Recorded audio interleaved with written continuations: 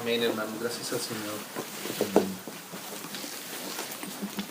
Veamos juntos, hermanos, un poco más de la palabra del Señor. Estamos pasando, digamos, por estas etapas de la obra de Dios y específicamente por la obra que corresponde a la obra de su Hijo aquí en la tierra, ¿no? Y entonces detuvimos en las dos últimas reuniones un poco en considerar algunos aspectos de la muerte del Señor Jesús, ¿no? De la muerte del Señor Jesús, viendo lo que es la muerte misma desde los ojos, desde la óptica de Dios, ¿no? Decíamos que la muerte es la posibilidad que tiene el ser humano de escoger y de vivir separadamente de Dios, de vivir aparte de Dios. Y veíamos que también pues que esa muerte es o esa elección, eso es lo que el Señor llama también el pecado, ¿cierto? Apartarse de la palabra de Dios, dejar de confiar en el corazón y en la obra que Dios está desarrollando, ¿cierto? Que Él mismo ha revelado, pero el hombre tiene libertad y tiene posibilidad de separarse de esa obra y no creer en esa obra que Dios está haciendo. Por eso cuando el hombre fue tentado en el jardín del Edén, justamente ese fue el asunto. El asunto fue que el enemigo le dijo, con que Dios os ha dicho. O sea, poner en duda el corazón del hombre para con Dios, para con su Creador, para con su, si se permite la palabra, para con su amador o quien le ama al hombre, ¿no? Y ciertamente el hombre pues albergó esa posibilidad de que pudiese existir una vida aparte de Dios que le satisfaciera más a él. Al fin él sucumbió fue a eso. Entonces por eso viene la muerte como ese estado también, tanto en el ser del hombre, un estado de muerte, y también pues un lugar al cual van a parar también todos aquellos que han sido nacidos bajo esa elección del hombre natural de Adán, y del cual no se podía salir el hombre por sí mismo, porque era una consecuencia de una elección que ya se había hecho en el pasado. Entonces ahí vimos en ese contexto cómo el Señor Jesús murió, ¿no? Aunque Él fue sin pecado, fue a la muerte. Y entonces ahora nos corresponde ver un poco acerca de la resurrección del Señor. Vimos algunos detalles de la muerte, pero ahora de la resurrección. Miren Lucas capítulo 24, cómo nos habla, nos da como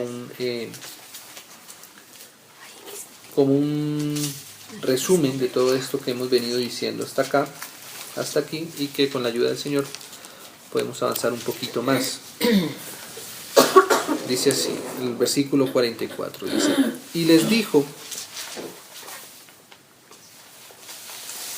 bueno, leamos el 45 directamente, dice, entonces les abrió, el Señor Jesús les abrió el entendimiento. Fíjense que esta obra del Señor, como oraba Linita, es para que nosotros también la entendamos, porque en la medida que la entendemos, podemos creer con más realidad, ¿cierto? Con más vitalidad, con más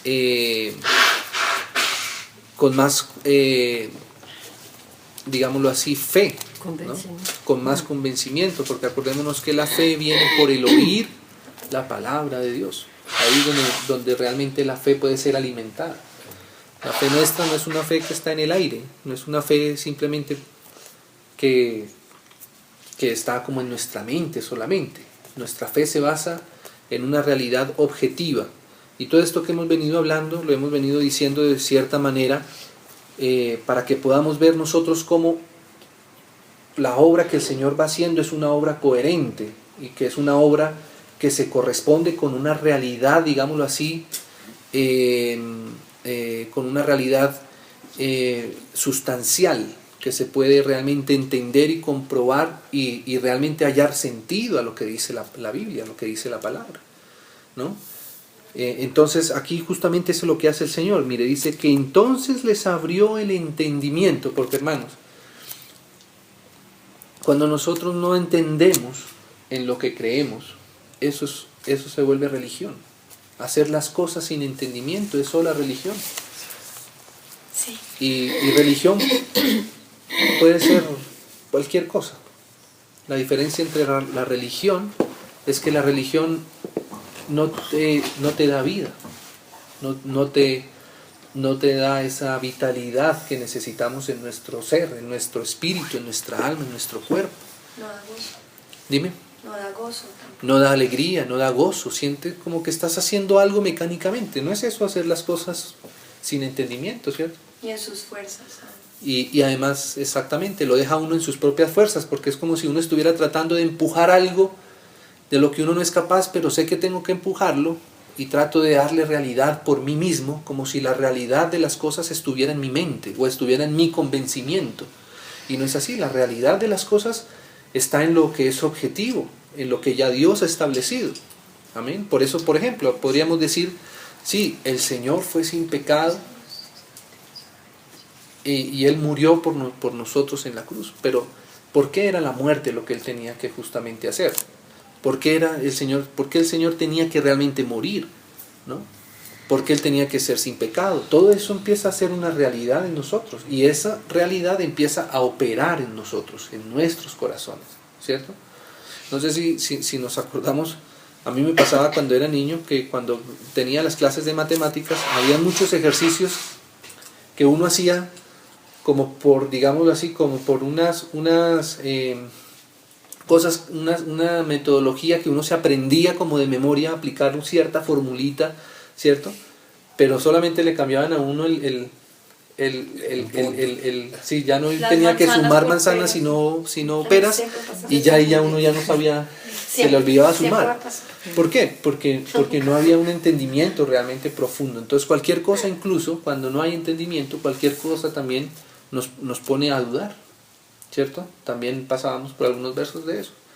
A veces si no tenemos este entendimiento, esta revelación de parte del Señor, ¿cierto?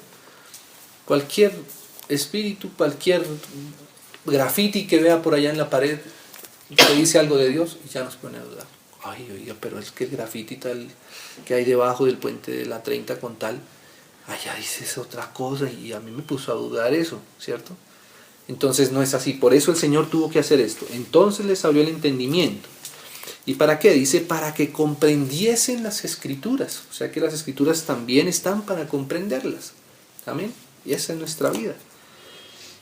Y les dijo el Señor, así está escrito. Y así fue necesario. Fíjese que es necesario, ¿cierto? No había otra manera, no había otra forma. Si hubiese habido otra forma, no estuviéramos hablando aquí de verdades absolutas, no estuviésemos hablando aquí de que solamente hay un Salvador, que solamente hubo una manera de rescatarnos, que solamente hubo una obra apropiada para nuestra salvación, ¿cierto? Pero aquí dice que fue necesario. ¿Qué fue lo que fue necesario? Que el Cristo padeciese, fíjese. Pero entonces dice aquí, y resucitase de los muertos al tercer día. Y dice más, ¿no? Dice, y que se predicase en su nombre el arrepentimiento y el perdón de pecados en todas las naciones, comenzando desde Jerusalén. Entonces estamos aquí en esta parte, dice, ya vimos todo lo que corresponde a que Cristo padeciese. Vimos cómo Él padeció en la cruz mismo, el Señor en la cruz. ¿Por qué Él tenía que padecer? Vimos todo eso. Porque sí, aquí dice necesario que padeciese, pero alguien podría decir, ¿pero para qué era necesario que Él padeciera? ¿Para qué? Entonces estuvimos viendo cómo en su padecimiento, ¿cierto?, hubo una victoria, porque la victoria fue en la cruz del Calvario. Porque justamente lo que Él está venciendo es esa rebeldía que fue la que el Satanás nos introdujo, esa rebeldía que Él mismo primero tuvo en el cielo y que después nos la traspasó. Nuevamente también como oraba Linita, ¿cierto? Que esa rebeldía todavía está en nosotros, aún operando en nuestra carne, mientras estemos vivos en este cuerpo, todavía eso, ¿cierto? Por eso a nosotros a veces el padecimiento nos sirve para eso, para tratar con nuestra rebelión. Nuestra rebelión realmente es contra el Señor mismo, ¿sí ves? Por eso a veces ciertas pruebas que pasamos, ¿cierto? Si uno las ve desde el punto de vista del Señor, ¿cierto? Justamente es eso, es una oportunidad para vencer esa rebeldía, ese es el padecimiento. Amén. Eso fue lo que le pasó a Job, ¿cierto? Job, él era justo, pero ¿por qué Job tenía que padecer? Porque Job tenía que vencer, tenía que llegar a una estatura mayor. Amén. Entonces por eso hemos visto con cierto detenimiento esos pasajes. Si no, nunca entenderíamos. Si no entendemos el padecimiento del Señor, tampoco nunca vamos a entender nuestros padecimientos, ¿cierto? Y eso nos puede llevar a vivir una vida amargada, ¿cierto? Una vida en derrota. Pero si entendiéramos y el Señor nos va revelando, esto es un padecimiento, pues es una oportunidad, ¿cierto? Para que la obra del Señor opere aún en mí. Si operó en el Señor en la cruz, ¿cierto? No va a operar en mí. Amén, va a operar. Ese mismo espíritu el que nos ha dado. Así que si lo vamos entendiendo, el Señor nos lo va regalando, ¿cierto? Nos lo va dando. Entonces, y ahora sí ya nos pueden poner los problemas con peras, con bananas, ¿cierto? Con chocolatinas, porque ya sabemos, ¿cierto? No nos sabemos simplemente una receta, ¿cierto? No nos sabemos simplemente ahí como decir, unos rezos o algo así artificioso, ¿no? Sino realmente lo que hay es una revelación de vida en nuestros corazones. Entonces, hermanos, mire cómo dice también en Hechos, fíjese en Hechos, en el capítulo 2.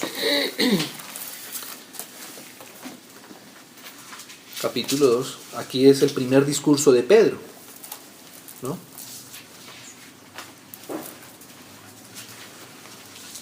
Mire cómo dice el versículo 22 de Pedro. De Hechos, perdón. Hechos. Sí, está hablando Pedro, pero es en Hechos. Hechos, capítulo 2 y versículo 22. Mire, dice así: varones israelitas. Aquí Pedro está hablando con voz alta, voz al cuello, está en una plaza pública. Varones israelitas, oíd estas palabras. 2 puntos. Jesús Nazareno, varón, ya vimos la humanidad del Señor, aprobado por Dios, vimos su ministerio, su testimonio en la tierra sin pecado, por eso es aprobado por Dios. Entre vosotros con las maravillas, prodigios y señales que Dios hizo entre vosotros por medio de él, como vosotros mismos sabéis. A este entregado por el determinado consejo y anticipado conocimiento de Dios. Fíjense que toda esta obra no es una obra al azar, no es una obra improvisada, exactamente, no, es algo que el Señor está haciendo inteligentemente, ¿cierto? Porque hay un problema que hay que resolver, ¿cierto? Y ese problema hay que resolverlo con cierto cuidado, ¿cierto? No se puede de cualquier manera. Es como cuando a uno se le daña el televisor, uno le puede quitar los tornillos, destapar la parte de atrás, pero si uno no sabe cómo se arregla ese problema, ¿cierto? No es cuestión de meter el destornillador donde le caiga, porque puede incluso hasta ser un problema peor. No, el Señor aquí está haciendo algo con conocimiento, con entendimiento, con inteligencia. Fíjese, esta es la obra de Dios. Entonces dice: a este entregado por el determinado consejo y anticipado conocimiento de Dios, prendisteis y matasteis. Que le está hablando aquí a las personas que incluso muchas de ellas, estas mismas personas, muchos participaron, incluso cuando estaba en la plaza, muchos de ellos gritaban: crucifícale, crucifícale, salva a Barrabás, crucifica a este, ¿cierto? Entonces por eso Pedro les está hablando así. Y matasteis por manos de inicuos, crucificándole. Entonces también vimos ya la crucifixión.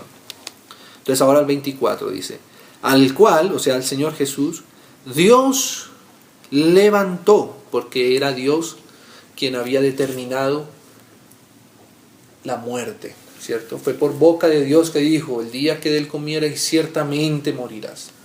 Eso es palabra de Dios.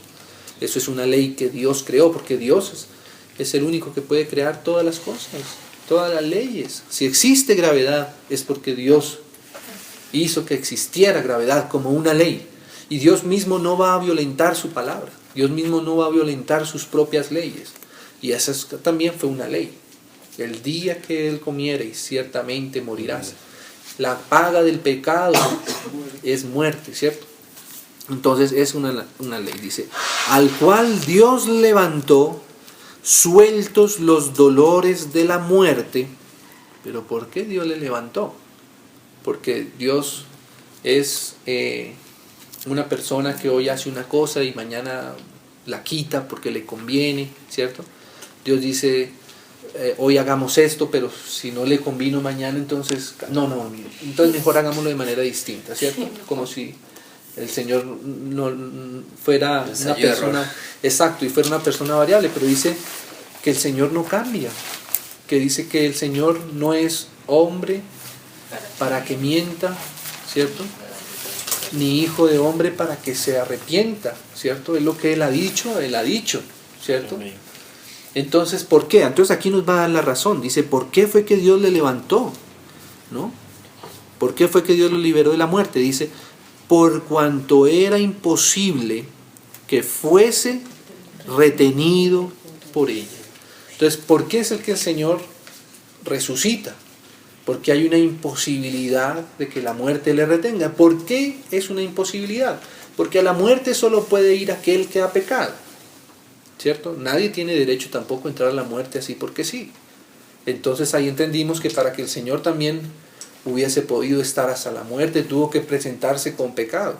Solamente que no era el de Él, sino el nuestro, ¿cierto? Él tomó nuestro pecado, ¿cierto? Y entonces la muerte, bueno. Pero ahora como Él, ¿cierto? Dice que Él llevó cautiva la cautividad, ¿cierto? Pero Él mismo no era la cautividad misma, ¿cierto? Entonces Él puede, la muerte más bien no le puede, es imposible. Pensemos una cosa, bueno, ¿por qué es imposible? Porque Él fue sin pecado, ¿cierto? Entonces aquí empieza a tener un poco realidad lo que es la resurrección, ¿cierto? La resurrección, habíamos dicho que la sangre era el pago, ¿cierto? Por nuestro pecado, ¿cierto? Habíamos dicho que teníamos que tener fe en su sangre, como lo dice la palabra también. ¿Y por qué la sangre? Porque dice la Biblia que en la sangre está la vida. Entonces la vida fue lo que Él entregó, ¿cierto? Pero un momento, ¿cierto? Él no tenía por qué entregar su vida porque Él era sin pecado. Entonces esa vida tuvo que devolvérsele y esa es la resurrección, ¿cierto? Entonces imaginémonos una cosa, hermanos. Nosotros que éramos pecadores, la humanidad entera que éramos pecadores, ¿cierto? El Señor Jesús ya había anunciado que Él nos iba, y los profetas habían anunciado que había uno que nos iba a libertar de nuestro pecado, que había uno que nos iba a dar nueva vida, ¿cierto? Entonces cuando el Señor Jesús muere, ¿cierto? Sí, Él derramó su sangre, sí, lo vimos en la cruz, ¿cierto? Pero si el Señor Jesús no resucita, ¿qué señal hubiese sido eso para nosotros? ¿Cierto? ¿Qué se hubiese confirmado si el Señor Jesús no resucita? Por lo tanto, si Él murió por su propio pecado, no pudo salir de la muerte, ¿cierto? Luego nosotros, tampoco nadie ha pagado nada por nosotros, ¿cierto? El ejemplo que poníamos alguna vez, ¿cierto? Que uno no puede pagar la deuda, ¿cierto?, de otro si uno mismo le está debiendo primero a ese otro. No tiene sentido, ¿cierto? Que yo venga a decirle: Linita, vengo a pagarte la deuda de Camila, entonces te la pago. Entonces viene a decir: pero es que dices que usted aquí también tiene una deuda grande, entonces le da lo mismo que usted se la abone a Camila de todas maneras, ¿cierto? Uno no puede hacer eso. Entonces el Señor, hermanos, la resurrección del Señor, ¿cierto?, es la base objetiva de nuestra fe. Amén. La Biblia nos decía que nosotros teníamos que tener fe en su sangre, ¿cierto? Porque la sangre es el precio, ¿cierto? Pero si la sangre es el precio, digámoslo así, el precio que se pagó, no el precio, sí, el precio que también se demandaba, pero el precio que se pagó, ¿cierto? Digamos que la sangre podría ser, es como el objeto con el cual nosotros pagamos, ¿cierto? Pero la resurrección es lo que nosotros recibimos, es lo que objetivamente ya hemos adquirido. ¿Sí me hago entender? Si nosotros entregamos nuestro dinero y no recibimos nada, ¿cierto? Ese dinero pues se perdió, no nos significa a nosotros absolutamente nada. ¿Por qué, como dice aquí Lucas, era necesario que resucitase? ¿Por qué era necesario que resucitase? Porque si Él no resucita es como si Él no hubiera adquirido nada, ¿cierto? Es como, ya lo hemos dicho claramente, si el Señor no resucitó, bueno, es que no tenía potestad para salir, era un deudor también y quedó preso de la muerte como todos nosotros, ¿cierto? Esa sería la evidencia. Pero si el Señor resucitó, ¿cierto? Entonces eso quiere decir que sí fue el Señor el precio justo, sí fue su sangre el precio que se debía dar por nuestro pecado, por nuestra muerte, por nuestra libertad. Amén. Entonces esa es la resurrección. Entonces, hermanos, la Biblia nos va a enseñar, antes de ir a ver el Evangelio, la resurrección misma en su parte objetiva. Perdón, lo que nosotros recibimos entonces es la libertad De la muerte, o sea, la resurrección, ¿cierto? Acordémonos que todo el problema que estamos resolviendo aquí es un problema de elección del hombre en el pasado, ¿cierto? De la muerte. Y cómo esa muerte nos afectó y todavía nos tiene bajo ciertos síntomas de esa muerte. Entonces, decíamos que si realmente el Señor resucitó, decíamos que nuestra fe, entonces, la fe del cristiano, la fe de nosotros, es la fe en la resurrección del Señor Jesús. Esa es nuestro, digámoslo así,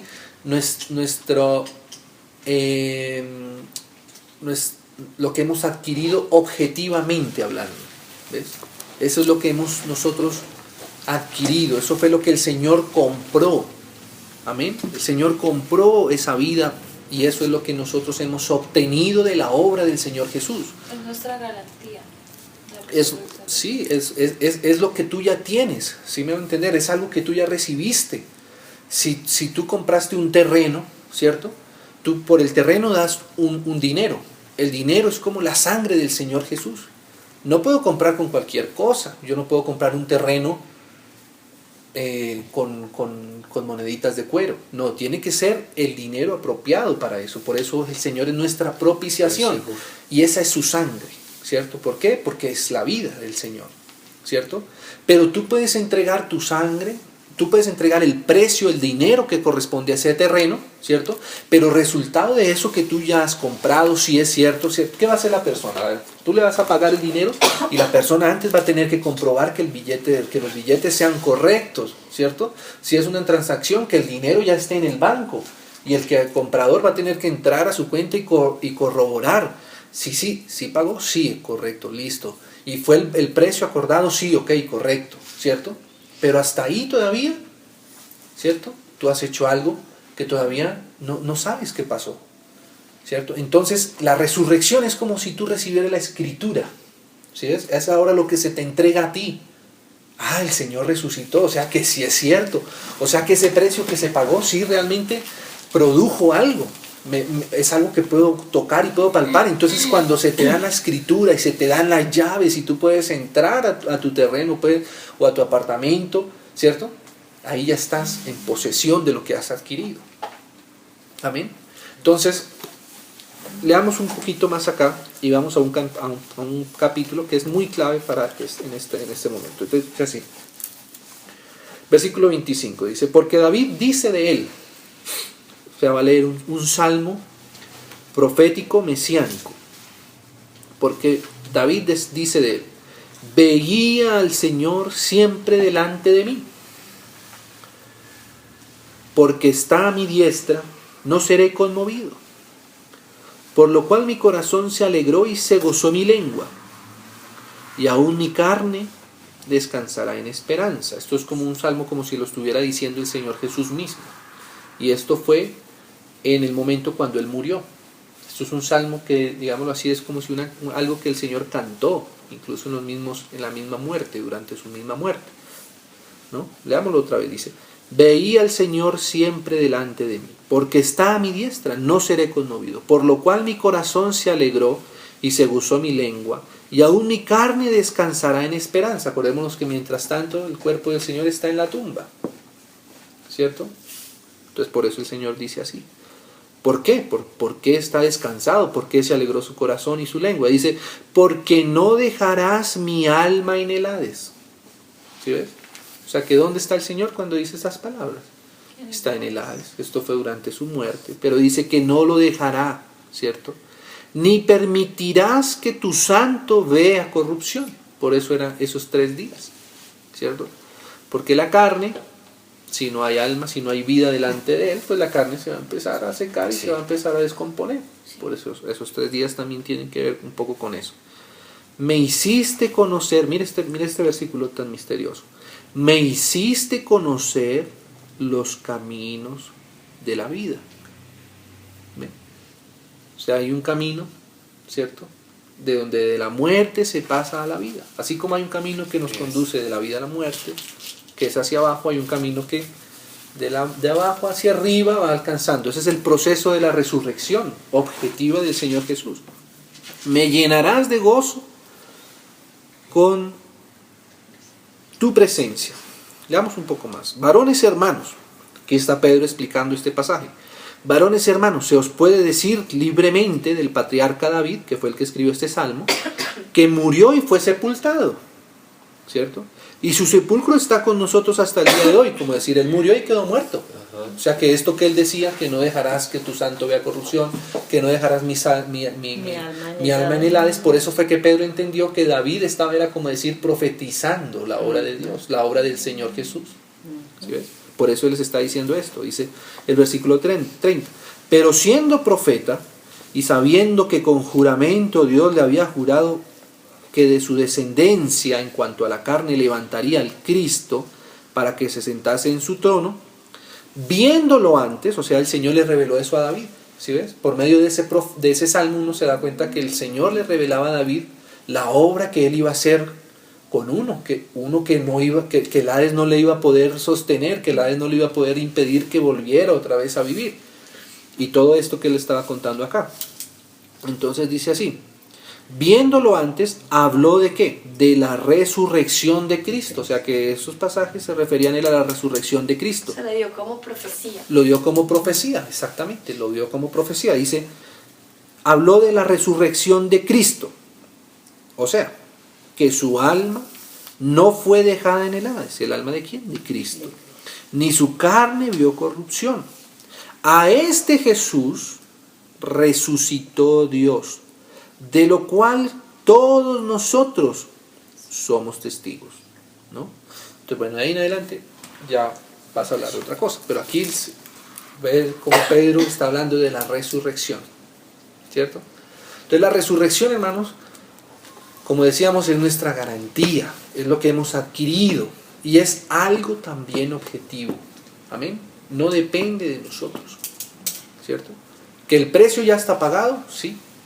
Créanlo o no, el precio ya fue pagado. Créanlo o no, la muerte ya fue vencida. Ya hubo uno que resucitó primero, ¿cierto? La vida otra vez está en medio de los hombres. Acordémonos cuándo es la primera vez que en la Biblia aparece el tema de la vida y la muerte. En el jardín del Edén, en el árbol de la vida. Era algo que el hombre tenía que comer, que tenía que apropiar por la fe, ¿cierto? Ese árbol de la vida fue escondido de los ojos de Dios, ¿cierto? Pero con la resurrección del Señor, es como si Él ya hubiera pagado el precio para que otra vez tengamos acceso a ese árbol de la vida y podamos comer de ese fruto que es la vida misma. Amén. Y esa es nuestra fe objetiva. Esa es la garantía que de la obra del Señor Jesús fue real y fue manifiesta y fue objetivamente realizada para nosotros. Entonces, leamos por la palabra 1 Corintios capítulo 15.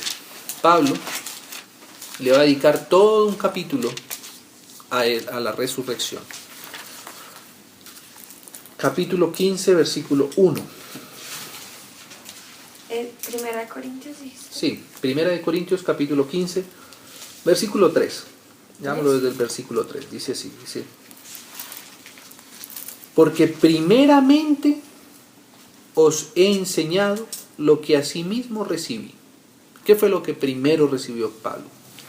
Y lo primero que entonces enseñó: que Cristo murió por nuestros pecados. Por nuestros pecados es como una moneda que tiene dos caras. Cuando dice Cristo murió por nuestros pecados, una cara es que Él murió por causa, ¿cierto?, de nuestros pecados. O sea, porque Él tomó nuestros pecados. Amén. Esa es una cara de la moneda. La otra lectura de la otra cara es: Cristo murió por nuestros pecados. O sea, por causa de que Él quería pagar el precio por nuestros pecados, Él murió. Entonces, si Él no toma nuestros pecados, no puede morir, ¿cierto? Pero Él murió también no solamente porque tomó nuestros pecados, sino ese porque de objetivo, digamos que es como un porque de causalidad y un porque de objetivo. Porque de causalidad es él murió porque tomó pecados en sí, porque Él quiso apropiarse de esos pecados, ¿cierto? Pero el porque de objetivo es porque va a perdonar los pecados de otros. Entonces dice así, eso fue lo primero que Pablo enseñaba: que Cristo murió por nuestros pecados conforme a las Escrituras, y que fue sepultado. O sea que fíjese, Pablo también le da este orden. La sepultura también es importante. Y que resucitó el tercer día conforme a las Escrituras. Y aquí empieza esto, mire, dice: y que apareció a Cefas y después a los 12. Después apareció a más de 500 hermanos a la vez. O sea, no fue una cosa que, ¿cierto?, que cada uno, ay, sí, a mí también, ¿cierto? Alguien podría decir, pero es que, pues sí, pues probablemente sí, pero se le apareció a 2 al menos para que 2 den testimonio, bueno, o a 3, no, se le apareció a 500, ¿cierto? O sea, 500, ya para que se pongan de acuerdo, 500, ¿cierto? Eso quiere decir que, por eso Pablo está exponiendo esto, porque esto es lo objetivo, esto es lo que le va a dar realidad a nuestra fe. A más de 500 a la vez, de los cuales muchos viven aún. O sea, aún cuando Pablo enseñaba esto todavía había testigos, ¿cierto? Había testigos todavía. Y otros, bueno, otros ya duermen. Qué lindo que ya no diga mueren, sino duermen. ¿Por qué? Porque ya una vez Cristo ha pagado ese precio, los que nos acogemos a ese precio, ya no nos vamos a ese lugar donde antes estaba, ya nos vamos a descansar con Él, nunca más morimos. Esa es la vida eterna. Dice que Dios envió a su Hijo para que todo aquel que en Él cree no se pierda, sino que tenga vida eterna. ¿Sí ves? Ya la muerte en nosotros ya no nos toca más, ni nos va a tocar. Al contrario, vamos a descansar. Versículo 7. Después apareció a Jacobo, después a todos los apóstoles, y al último de todos, como a un abortivo, me apareció a mí, porque yo soy el más pequeño de los apóstoles, que no soy digno de ser llamado apóstol porque perseguía la iglesia de Dios. Pero por la gracia de Dios, y aquí es donde uno empieza a entender, pero ¿qué quiere decir por la gracia? ¿Cómo así que somos salvos por gracia? ¿Podemos decir que salvos por gracia? Ok, sí, podríamos decir, bueno, sí, no merecíamos que lo hiciéramos. Ese es un aspecto de la gracia. O sea, que nosotros no merecíamos. Pero la gracia, viéndolo desde esta óptica, es porque ahora sí podemos entender que realmente nosotros no podíamos hacer nada para librarnos de ese lugar, de la muerte. No podíamos hacer nada, ¿cierto? ¿Cómo el hombre va a pretender salvarse por obras? ¿Cómo? ¿Haciendo qué? ¿Cómo un muerto va a recibir vida por sí mismo? No, se requiere que otro lo salve. Y mucho más si ese muerto fue muerto por sus propios pecados, ¿cierto? Nadie podía salir de allá. Si hubiese alguien que hubiese podido salir por obras de la muerte, ¿cierto? Bueno, uno esperaría que Abraham hubiese podido salir solo, ¿cierto? Pero ¿por qué Abraham lo vemos allá en el Hades, al lado de los perdidos? ¿Y por qué acaso Abraham no hizo muchas cosas buenas? Sí, pero es que la fe, la salvación por gracia, es desde esta óptica, ¿cierto? De que no podemos, ¿sí ves? Salvarnos por obras es como si ahora es más fácil que alguien nos pidiera ahora que desde un brinco, desde aquí de la esquina de un brinco, quedáramos trepados en Monserrate. ¿Quién hace eso? A ver. Coja impulso si quiere una cuadra. Coja impulso si quiere 2 cuadras, ¿cierto? O haga cierto esfuerzo mental. O tómese o prepárese la bebida que quiera. Si alguien puede hacer eso, ¿cierto? Ese podría decir, bueno, fui salvo por mi propio brinco, porque fui más fuerte, porque fui más juicioso, porque fui el más pilo, porque fui el más... No, hermanos. La salvación solamente es por gracia. Y esto, resaltémoslo, subrayémoslo bien, no sé, o con un color o entre como en una nubecita, ¿cierto? Para que cuando vayamos al momento a hablar de la salvación, porque aquí estamos hablando apenas de la obra objetiva de Dios, pero va un momento donde tenemos que hablar de cómo ahora nosotros tomamos posesión de esto, ¿cierto? Y ahí donde vamos a entender la salvación, ¿ve? A verla desde esta óptica, ¿cierto? Y desde esta óptica nuevamente volvemos a preguntar, entonces, ¿la salvación podría perderse? Si hemos visto la salvación desde esta óptica, como lo muestra la palabra, ¿cierto? ¿Alguien podría otra vez volver, ¿cierto?, a su estado donde estaba antes? Ciertamente no, porque es un tema jurídico, es un tema objetivo, es un tema, como dice el Señor, es imposible, ¿cierto? Asimismo, como era imposible que al Señor le retuviera la muerte, es imposible que a alguien que ya ha pagado su precio con la muerte eterna, ¿cierto?, otra vez vuelva a ser preso de él. Pero eso lo vamos a tener que ampliar mucho más. Amén. Pero lo vamos diciendo ahora como para ir, porque estamos pasando por la obra objetiva de Dios. Entonces, desde ese punto de vista sí entendemos, sí, fue el Señor el que nos salvó, ¿cierto? Yo, por más que hubiese tratado de ser santo, aún así yo ya tenía el pecado dentro y iba a ir a parar allá a la muerte. Si no es porque el Señor vive sin pecado, muere, baja al Hades, liberta a los que estaban presos, y ahora los que mueren, ahora dice ya duerme, ¿cierto? El Señor Jesús le dijo al ladrón de al lado, de cierto te digo, hoy estarás conmigo en el paraíso. O sea que el paraíso en ese momento estaba abajo, donde estaban los muertos, donde estaban el Hades, donde estaba Lázaro, donde estaba Abraham, ¿cierto?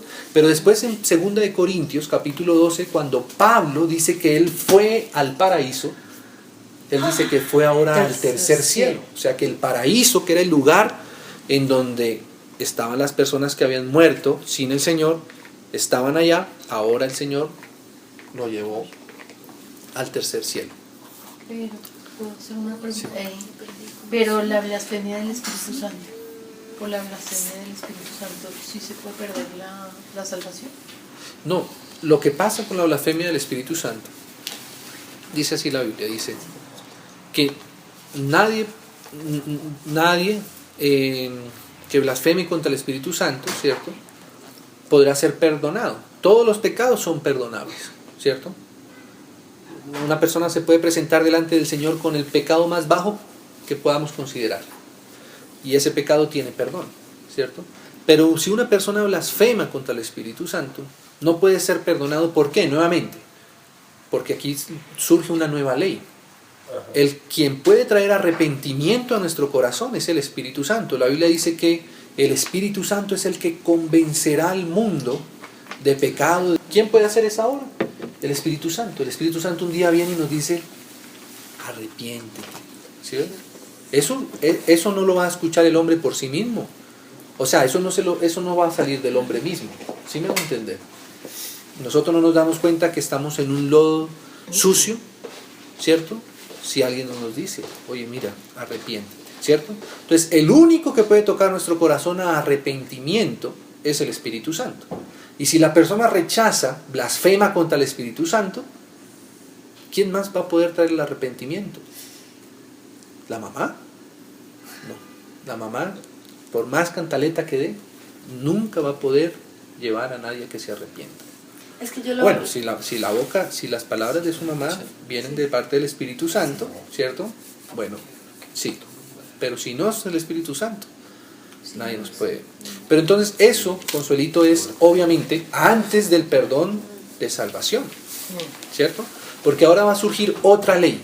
Así como dice que nadie que rechaza el Espíritu Santo puede ser perdonado, porque no hay nadie quien le ayude. Si él rechaza al Espíritu, mire, él puede rechazar al Señor, él puede decir, hay ateos, por ejemplo, que han negado toda la vida a Dios, ¿cierto? Creen hasta en las chancletas, ¿cierto? Pero no creen que haya un Dios absoluto, que haya un Dios por encima de todo. Pero un día viene el Espíritu Santo y le toca y él se convierte y se arrepiente y puede recibirle, ¿cierto? Porque dice, cualquier ofensa, cualquier blasfemia contra el Hijo de Dios le será perdonado, pero contra el Espíritu Santo, no. ¿Por qué? Porque está rechazando al que te puede ayudar en ese proceso de arrepentimiento. Pero luego nace otra ley también, que está en la palabra del Señor. Y dice, nadie puede llamar Señor al Señor, sino por el Espíritu. ¿Sí ves? O sea que eso aplica solamente para aquellos que no han recibido al Señor en su corazón. O sea, si realmente tú tienes, si tú has aceptado esa No obra, aplica para uno que sea. O sea, si ya recibiste gracia, ya tienes la gracia. Ya, nunca va a Sí. afirmar contra el Espíritu. esa es otra ley, ¿ves? Es otra ley. Entonces alguien podría decir, no, pero yo he conocido una persona que antes era cristiana y ahora ya no es cristiana. Entonces el asunto es que esa persona nunca fue cristiana, nunca fue realmente, genuinamente, nunca tuvo el Espíritu Santo en su corazón. Así es. Fue Fue solo de religiosa. palabra, de palabra. Sí, exacto. Lo Entonces, pusieron a pero repetir dice- y repitió. Yo pero quedé sí, re perdida con lo que dijiste, como así que el paraíso estaba en el Hades y que, perdón, pero creo que no entendí esa parte. No viniste a la clase En el seno de pasada porque Abraham. él me explicó lo que es. sí, o sea, digamos, mira, el Señor está en la cruz del Calvario, ¿cierto? Él no ha muerto todavía, ¿cierto?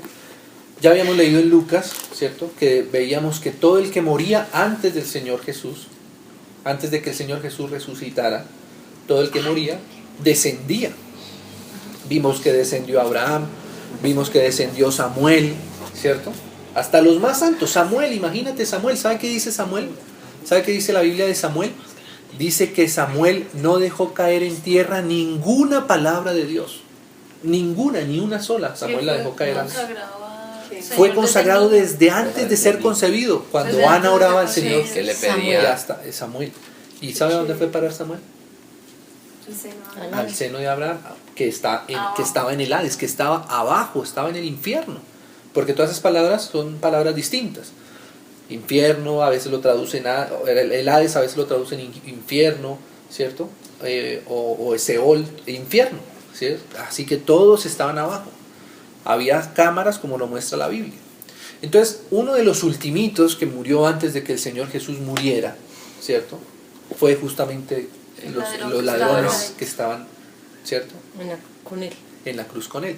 Entonces el Señor Jesús le hizo esta promesa a uno de ellos, le dijo, de cierto te Al digo, que creyó. hoy, ¿cierto?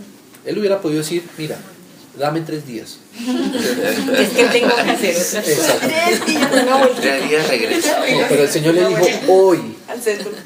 hoy estarás conmigo. O sea que ¿a dónde fue el Señor en esos 3 días? Hoy estarás conmigo en el paraíso. Hay muchos versículos que nos enseñan que el Señor en esos 3 días estuvo en el Hades, acabamos de leer algunos, ¿cierto? Y hay otros.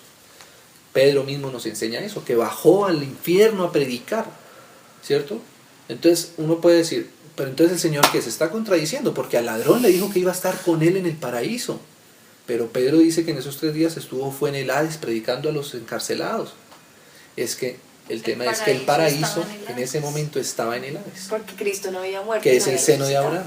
Cuando baja, Exacto. se le sube. Era el Acordémonos seno que la se llamaba muerte, el seno de Abraham. exacto, acordémonos que a la muerte también le corresponde un lugar geográfico, ¿cierto? Porque es como decíamos, es como cuando él se pone bravo con la mamá, entonces alza los brazos y como no la quiere ver más, pues entra y se encierra en el cuarto, ¿cierto?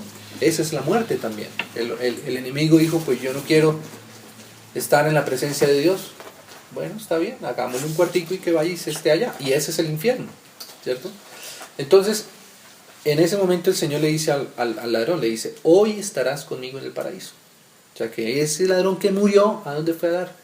Al paraíso y fue con Cristo. O sea, él se dio cuenta que el Señor le cumplió su promesa. ¿Sí me va a entender?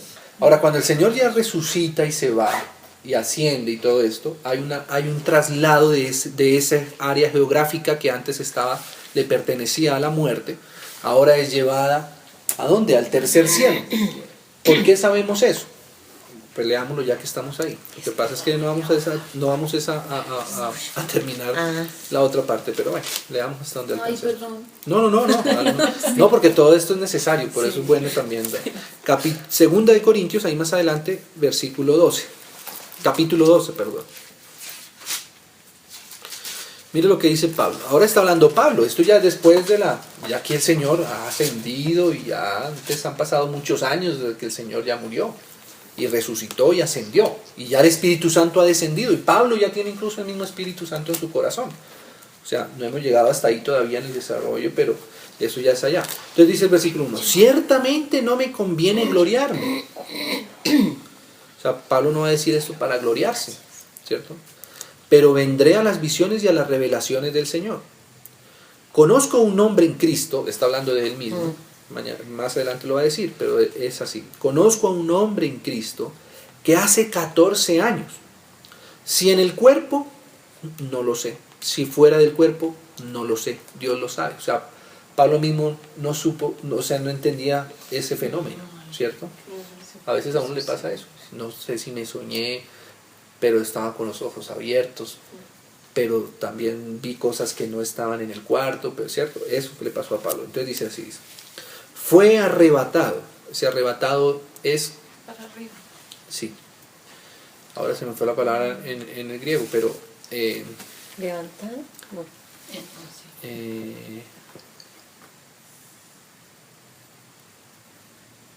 bueno, no me voy a equivocar ahí, pero arrebatado quiere decir, y en el griego implica que es hacia arriba, ¿sí? O sea, subió hasta el tercer cielo. ¿Se acuerdan que cuando veíamos todo el tema de los cielos, veíamos que había el tercer cielo, el segundo cielo, que en el tercer cielo la presencia, donde está ya lo celestial, los ángeles, esa dimensión que no es alcanzable físicamente para nosotros, que porque cuando el hombre pecó se formó ese abismo entre los cielos, ¿cierto? Entonces el segundo cielo quedó, como decir, muchísimo más abajo del tercer cielo, en otra dimensión que no se puede pasar, ¿cierto? Pero entonces, Episinagogues era lo que estaba buscando. episinagogues es la reunión con él en lo alto. Que no es la misma palabra. ¿Sería Creo que ascendido? no, es que estoy dudando entre si es episinagogues. Episinagogues es la de la reunión arriba, pero no es Sí. la misma que se usa ahí, ¿no? Eso es lo que no me acuerdo. Entonces dice, hasta el tercer cielo. Y conozco al tal hombre, si en el cuerpo o fuera del cuerpo, no lo sé, Dios lo sabe, que fue arrebatado al paraíso. O sea, ¿a dónde? Al mismo lugar donde el Señor estuvo con el ladrón ese mismo día que le dijo, hoy estarás conmigo en el paraíso. Solo que fíjese que ahora, ¿dónde está el paraíso? En el tercer cielo, porque si nos dimos cuenta que él dice que fue arrebatado hasta el tercer cielo. Cuando él repite, mire, dice, el versículo dice, arrebatado hasta el tercer cielo. Y el versículo 4 dice, arrebatado al paraíso. ¿Sí ves? O sea que ahora el paraíso, ¿ahora dónde está? En el tercer cielo. ¿Antes dónde estaba? En el Hades. En el Hades, en el infierno, en el seno de Abraham, digámoslo así, abajo. Ahora está arriba, en el tercer cielo. Donde oyó palabras inefables que no les dado al hombre expresar. Bueno, y ahí sigue contando más cosas. ¿Amén? Pero bueno, solamente un minutico más y termina, y leamos. Claro que solamente leámoslo, pero es necesario sacarle, porque en este momento necesitamos sacarle jugo al capítulo 15 de Corintios, que es todo el capítulo que nos habla de la resurrección. Pero vamos a llegar al menos hasta una parte donde podamos parar ya. Sí, pero de primera. De primera capítulo 15, primera Corintios capítulo 15. Entonces decía, y el último de todos, como un abortivo, me apareció a mí, versículo 8. Ahora el versículo 9, porque soy el más pequeño, pero ya lo habíamos leído. El versículo 10, pero por la gracia de Dios soy lo que soy, y su gracia no ha sido en vano para conmigo. Antes he trabajado más que todos ellos, pero no yo, sino la gracia de Dios conmigo. Porque o sea yo, o sean ellos, así predicamos y así habéis creído. Entonces este 12 es el clave, de aquí en adelante dice, pero si se predica de Cristo, que resucitó de los muertos, esa es una predicación, ¿cómo dicen algunos entre vosotros que no hay resurrección de muertos? Entonces mire el efecto que eso traería, dice. Porque si no hay resurrección de muertos, tampoco Cristo resucitó. Y si Cristo no resucitó, vana es entonces nuestra predicación, vana es también vuestra fe. ¿Ve? O sea que si no hay realidad de resurrección, si nosotros no tenemos eso en nosotros, hermano, nuestra fe es vana. Amén. Si a nosotros, como decíamos antes, cualquier cosa nos pone a pensar, no, pero sí, pero ¿en qué es que tú crees? No, pues yo creo en Dios. ¿Pero qué cree de Dios? No, que Dios es bueno. Bueno, está bien. ¿Pero qué más crees? No, que Dios es grande. Bueno, está bien, ¿cierto? Pero hasta ahí todavía, a la luz de estos versos y muchos más, todavía es una fe vana. Por eso a veces la fe no logra alcanzar la realidad para salvar a una persona. Porque se cree, pero se cree sí en cosas, ¿cierto? Que son de Dios, probablemente sí. Pero es que, como dice la Biblia, dice, tú dices que crees que Dios es uno, dice, por ejemplo, ¿cierto? Y dice, los demonios también creen y hasta tiemblan por eso. ¿Ve?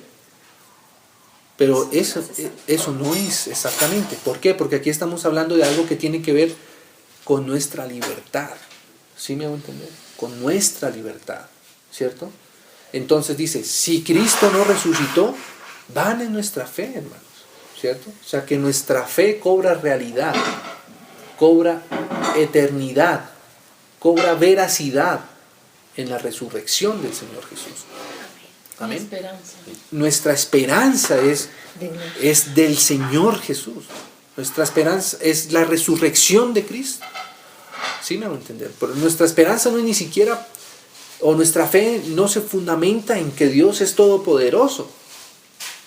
Eso todavía no alcanza, ¿cierto?, para poder ser libres de la obra que el diablo hizo en nosotros, ¿cierto? Porque no fue ese el asunto no estuvo ahí, ¿cierto? El asunto fue una lesión distinta.